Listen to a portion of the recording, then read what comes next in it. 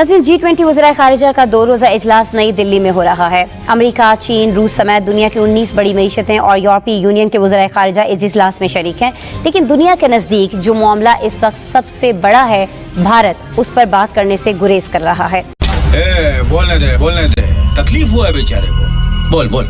कि अब रवां साल मई में होने वाली जो G20 कॉन्फ्रेंस है वो भी भारत प्लान कर रहा है कि किसी तौर श्रीनगर में मुनक्कद करवाई जा सके। फिर मुझे ये बताइएगा कि आलमी बरादरी को क्या सूझी कि भारत में होना चाहिए जो G20 इजलास। Good question, you are a good question. एक तो आलमी बरादरी, जाहिर सी बात है, भारत एक बहुत बड़ी मार्केट है।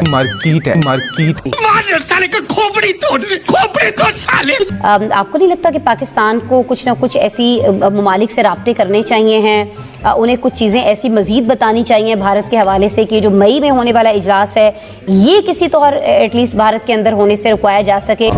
सबसे पहले घबराना नहीं। मैंने उन भाइयों को कहा कि आप हमारे बड़े अजीम भाई हैं, हमेशा आपने हमारी मदद की, और मैंने यही कहा जब मैं आया हूँ तो आप समझेंगे शायद ये मांगने आया है। मैं मांगने नहीं आया, लेकिन मजबूरी है।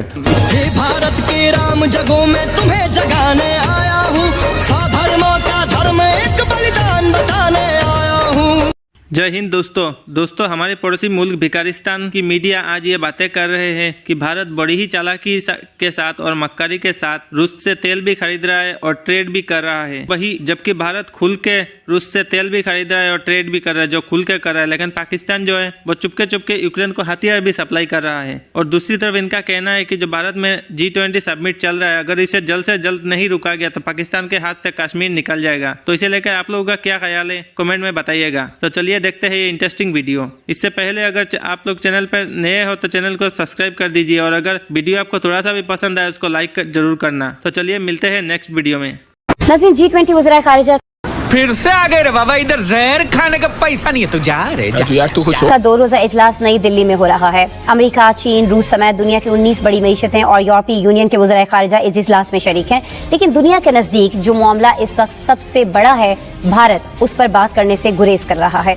जब से यूक्रेन जंग का नाज़रीन आगाज हुआ है, भारत ने इस जंग की मजम्मत करने और रूस के खिलाफ बयान देने से गुरेज किया है।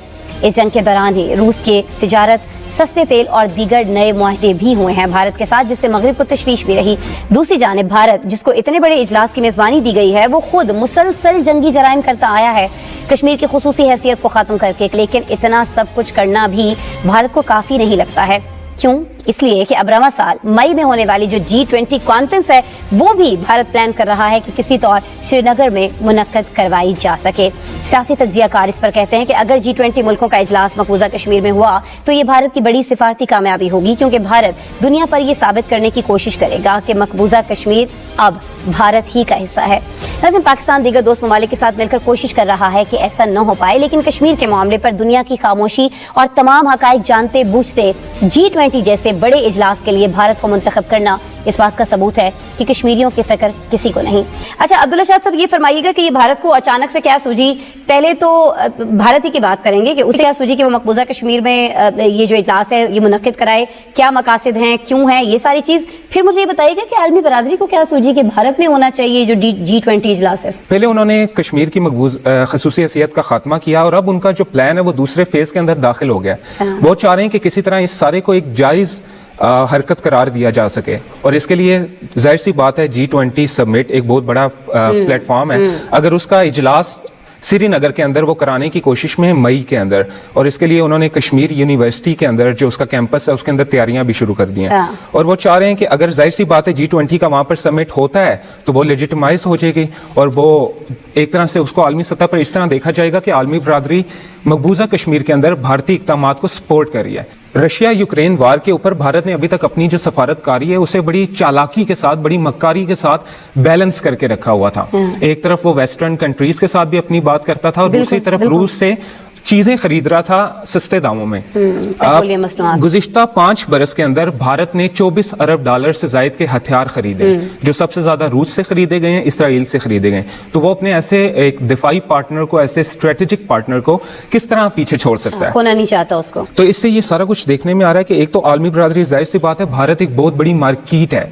भारत के अंदर उनके तजारती और वक्ती, चाहे वो वक्ती मफादात ही हों, वो हैं तो उन्हें नहीं, उसको लेकिन फॉलो करना अब्दुल्ला, पड़ता है। ये बात तो हम बरसा बरस से सुनते चले आए हैं ना, जब से मकबूजा कश्मीर का ये मसला है तभी से हम सुनते आए हैं। भारत एक बड़ी ज़ाहिर तिजारती मंडी है, बड़ी मार्केट है, बहुत सारे मफादात जुड़े हैं यूरोप के, अमेरिका के, और यही वजह है कि मकबूजा कश्मीर के मसले पर ये लोग चुप साधे दिखाई देते हैं। तो फिर क्या ये मसला इसी तरह से चलता रहेगा, क्योंकि ये मफादात तो जुड़े रहेंगे, लेकिन हम ये भी देख रहे हैं कि पाकिस्तान अपनी सी बहुत सारी एफर्ट्स करता हुआ हमें दिखाई देता है। मकबूजा कश्मीर के अंदर क्या हो रहा है? पिछले साल 14 मार्च 2022 को लोकसभा के अंदर मकबूजा कश्मीर के बजट का सेशन हुआ था, जिसे J&K बजट सेशन कहा गया था।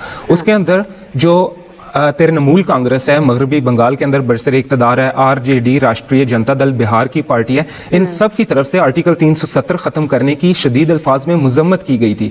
ये उनकी पार्टी का स्टांस है, और उन्होंने कहा था कि मोदी सरकार को कश्मीरियों से कुछ लेना देना नहीं है, उन्हें सिर्फ वहां की जमीन से मतलब है, और वो उस पर अपने गासबाना तसल्लुत को मजीद मजबूत करना चाहते हैं। जैसे हमने देखा कि तकरीबन 2-3 हफ्ते कबल मकबूजा कश्मीर के रईसी में 5.9 मिलियन टन लिथियम के जखायर मिले हैं, और इसको जो इंटरनेशनल नॉर्म्स हैं उसकी खिलाफ वर्जी करते हुए वहां पर 25-25 फुट तक उसकी खुदाई की जा रही है उसको निकालने के लिए। ये ऑटोमेटिक गाड़ियां बनाने में बड़ी इस्तेमाल होने वाली बड़ी नायाब मादनियात है। मैं कथा कलामी के लिए अब्दुल्ला, लेकिन जो मैं आपकी बात से समझी हूँ वो ये है कि अब हमें बजाय ये उम्मीद लगाने के कि आलमी कुव्वतें, आलमी ताकतें कुछ कर रही होंगी मकबूजा कश्मीर के इशू पर, या मोदी सरकार या भारत सरकार, जो भी सरकार वहां पर आती है, जो सलूक वो करती है अपने अवाम के साथ और फिर दुनिया भर में, और खासतौर पर इस खत्ते के अमन को जो दाव पर लगाती है, उसका नोटिस ये ले ना ले।